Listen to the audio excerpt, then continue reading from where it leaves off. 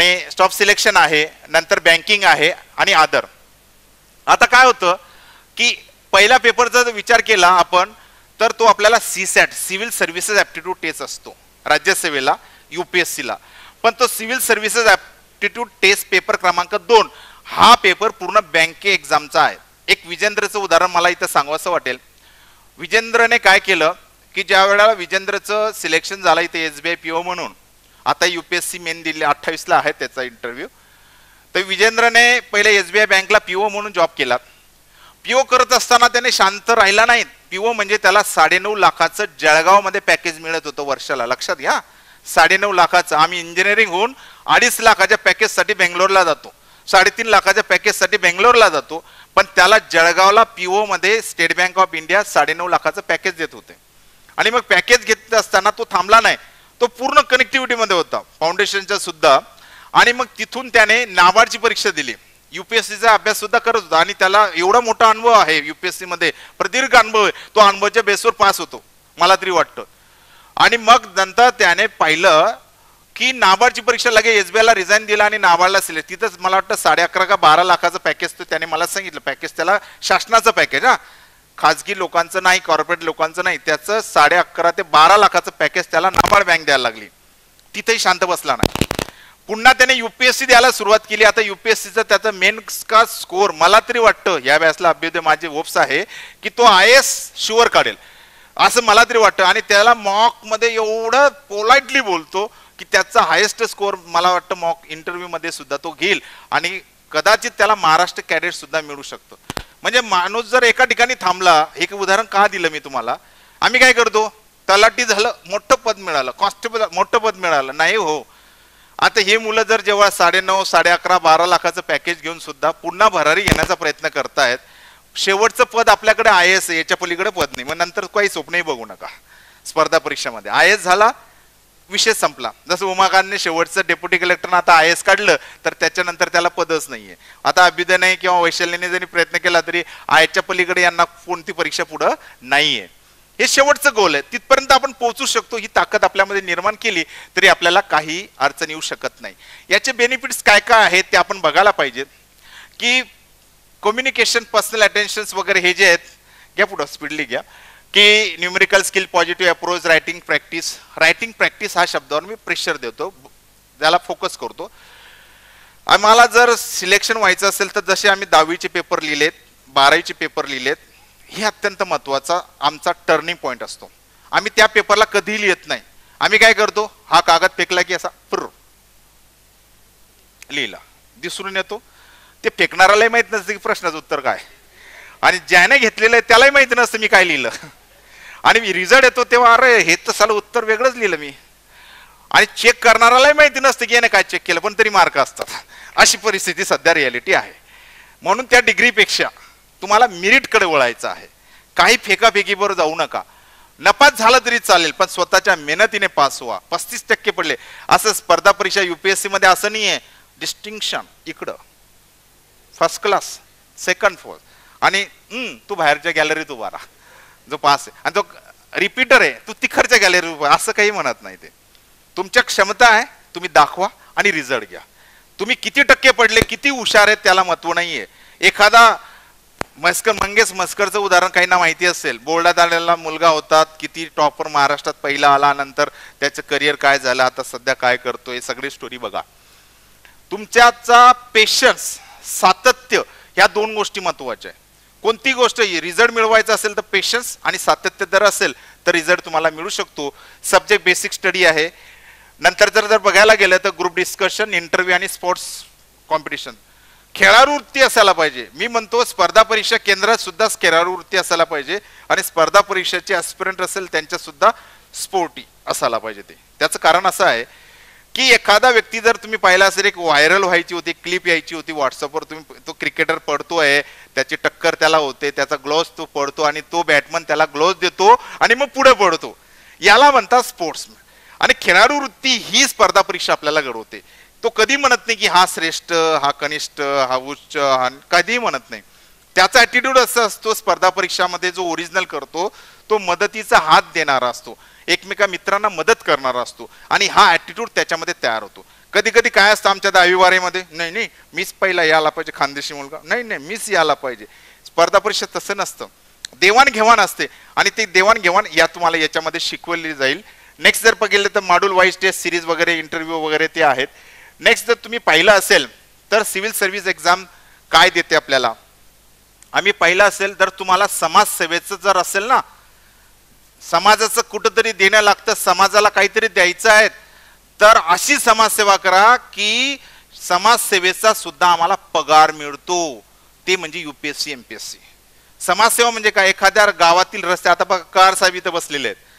आता कहार साहेबाला वाटतं की जळगावचा विकास करायचा असेल तर कहार साहेब एखादा प्लॅन इम्प्लिमेंट करतील, एखाद्या गलिच्छ वस्तीचं स्वच्छता करतील आणि त्याचं सुद्धा शासन त्यांना पगार देईल. म्हणजे सामाजिक दायित्व करण्याची एक नैतिक जबाबदारीचा मिळणारा पगार म्हणजे ही परीक्षा होय. हे लक्षात घ्या, हे आपल्याला कळत नाही. एवढं दायित्व असतं आपल्याकडं की सामाजिक ऋणही आपल्याला फेडता येऊ शकतो. पण आम्ही एखादा राजकीय होऊन सामाजिक दायित्व फेडण्यापेक्षा एखादा अधिकारी होऊन तुम्हाला चांगल्या पद्धतीनं तो प्लॅन इम्प्लिमेंट करता येऊ शकतो.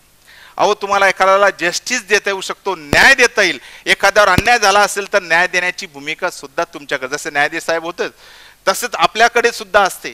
कारण तो प्लॅन कसा इम्प्लिमेंट करायचा, कसा तो सक्सेसफुल होईल, हा प्रोजेक्ट तुमच्याकडे असतो. नेक्स्ट पाहिलं असेल तर तुम्ही एक मुद्दा आपल्याला पुढे घ्यायचा आहे की अबाउट अस वगैरे काय आहे, काय देणार आहोत आम्ही, काय नाही आहेत. मला पालकांना एक विनंती अशी करायची आहे, जर तुम्हाला वाटत असेल की तुमचा मुलगा कमी वयामध्ये कुठेतरी एक सक्सेसफुल व्यक्ती व्हावं तर करिअर ऑप्शन म्हणून तुम्ही स्पर्धा परीक्षा निवडायला काही अडचण नाही. कारण एका वर्षाला 3 लाख वॅकन्सी जरी येत असल्यात, पण 3 लाखाच्या वॅकन्सीमध्ये कशी येतात की ज्याचं सातत्य आणि ज्याला स्ट्रॅटेजी कळली, how can I crack the examination within that period, he strategy महत्वाची आहे. आम्ही फ्रेम बनवणं गरजेचं आहे. दर्जी फाउंडेशन फक्त फ्रेम बनवून देते, फ्रेम मध्ये फिट होणं. कदाचित अडचणी येतील, काही वेळेला प्रत्येक गोष्टी 100% तुम्हाला मिळतील असं नाही आहेत, पण ज्या मिळाला त्याच्यामध्ये तुम्ही पॉझिटिव्ह अप्रोच कसा कराल या गोष्टी सुद्धा तुम्हाला करणं तेवढ्याच गरजेचं आहेत. ह्या गोष्टी तुम्हाला आम्ही देणार आहोत. नेक्स्ट पुढे घ्या. आता जर पाहिलं असेल आम्ही तर फीज वगैरे हा कन्सेप्ट जे आहे ते तुम्हाला सांगितले जाईल की ICDC मध्ये काय की ते 15 मेला वगैरे लॉन्चिंग, त्या बाबतीत ते आमचे करंके सर तुम्हाला शेवटी सांगतीलच.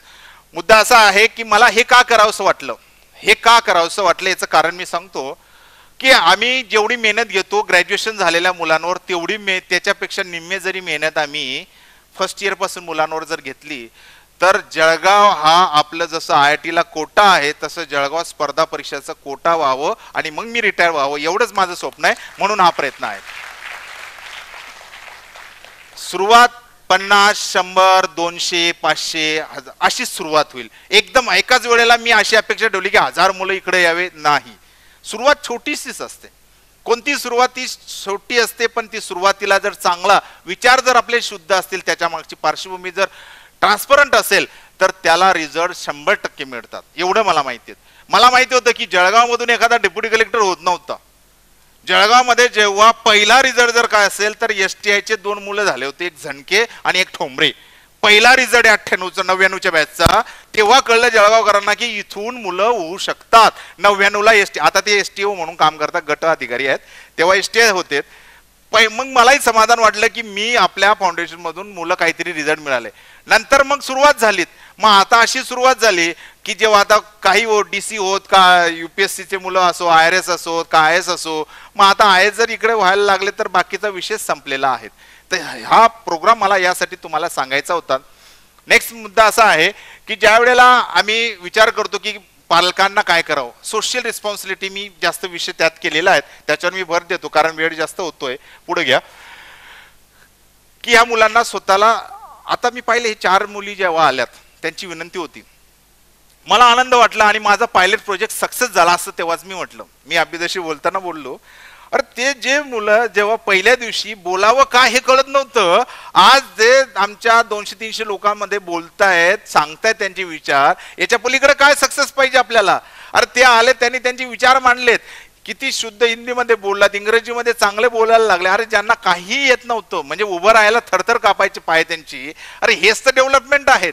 आणि अशाने जर बिझनेसच्या काउंटरवर जरी बसले तरी बिझनेस डेव्हलप करतील नाही तर काय. म्हणजे मिळालं ना स्पर्धा परीक्षेने आम्हाला जे पाहिजे होतं ते सगळं मिळालं. त्या गोष्टी इथे घडल्या पाहिजेत, ह्या महत्वाच्या आहेत. आता वाय यू चूज द दर्जी फाउंडेशन याच्यावर मी जास्त बोलणार नाही, कारण तुम्ही म्हणाल की सर मार्केटिंग करता, तो नेक्स्ट पेज घ्या त्याच्यावर नको. हा, याच्यावर मी बोलेल, कारण मला ते मार्केटिंगपेक्षा, कारण जास्त मार्केटिंग ॲटिट्यूड मी ठेवत नाही, माझा सोशल असला पाहिजे. मी एक प्रोग्राम राबवला होता ICDCचा, what is the social responsibility, काय सामाजिक दायित्व आहे आमचं. आमचं सामाजिक दायित्व असं आहे, तर आम्ही स्कूल ड्राफ्ट मुलांना गोळा केले होते. आणि हे जे आले होते ना, हे बघा हेच मुलं असतील, तिथं ICDC फोरम तयार केला आम्ही, की जे झोपडपट्टीमध्ये राहतात, गेंदालाल मिल असेल, समता कॉलनी असेल, समता नगर असेल, अशा ठिकाणी आमचे काही जे फोरम अधिकारी, प्रशासकीय अधिकारी, कार्यकर्ते आम्ही त्यांना म्हणतो, आमचे अधिकारी कार्यकर्ते तिथं जायचे, स्कूल ड्रॉप मुलांचा डेटा गोळा करायचे, त्यांना बोलवायचे. मग एखाद्याने विचार मांडला की सर आरोग्याचे धडे कसे द्यायचे. मी त्यांना म्हटलं फार काही मोठं काम करू नका, आपल्याला कोण ते कॅम्प घेऊन राजकारण करायचं नाहीये, इलेक्शनला उभं राहायचं नाहीये. तुम्ही ह्या मुलांचे नख वाढलेले असतात ना साधे, बघा ती मुलगी नख काढते, तर त्यांचे नख जरी काढले तरी फार मोठी सेवा तुम्ही त्यांची केली आहे, कारण त्यांना नखामुळे त्यांना विविध आजार निर्माण होऊ शकतात. छोटं छोटं काम आहे, फार मोठं काम नाही ते, नख काढून देणे लहान मुलांचे. एवढं जरी काम चांगलं केलं तरी कुठंतरी सामाजिक दायित्व तुम्ही, कारण नखाद्वारे ते आजार, ते पोटामध्ये घाण जाणार, ते आजारी पडतील. कारण पहिलेच तर झोपडपट्टीचा एरिया असतो, घाणेरड्या बऱ्याच तिथं स्वच्छता नसते. अशा मुलांना स्वच्छतेचे धडे द्यायला पाहिजेत, हे उद्देश होतात.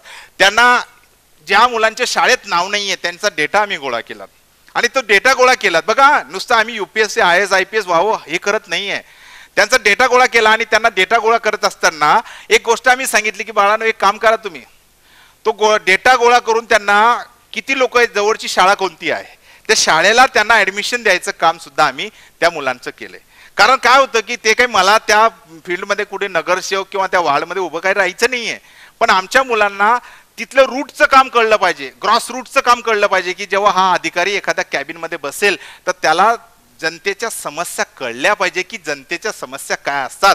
म्हणून ही सुरुवात जर त्याला 3 वर्षापासून दिली तर तो चांगला शिखर प्रदेशासारखा अधिकारी बाहेर पडू शकतो, चांगले मुंडे साहेबांसारखे अधिकारी बाहेर पडू शकतात, की ज्यांच्यामध्ये सामाजिक दायित्व फेडण्याची ताकद असते.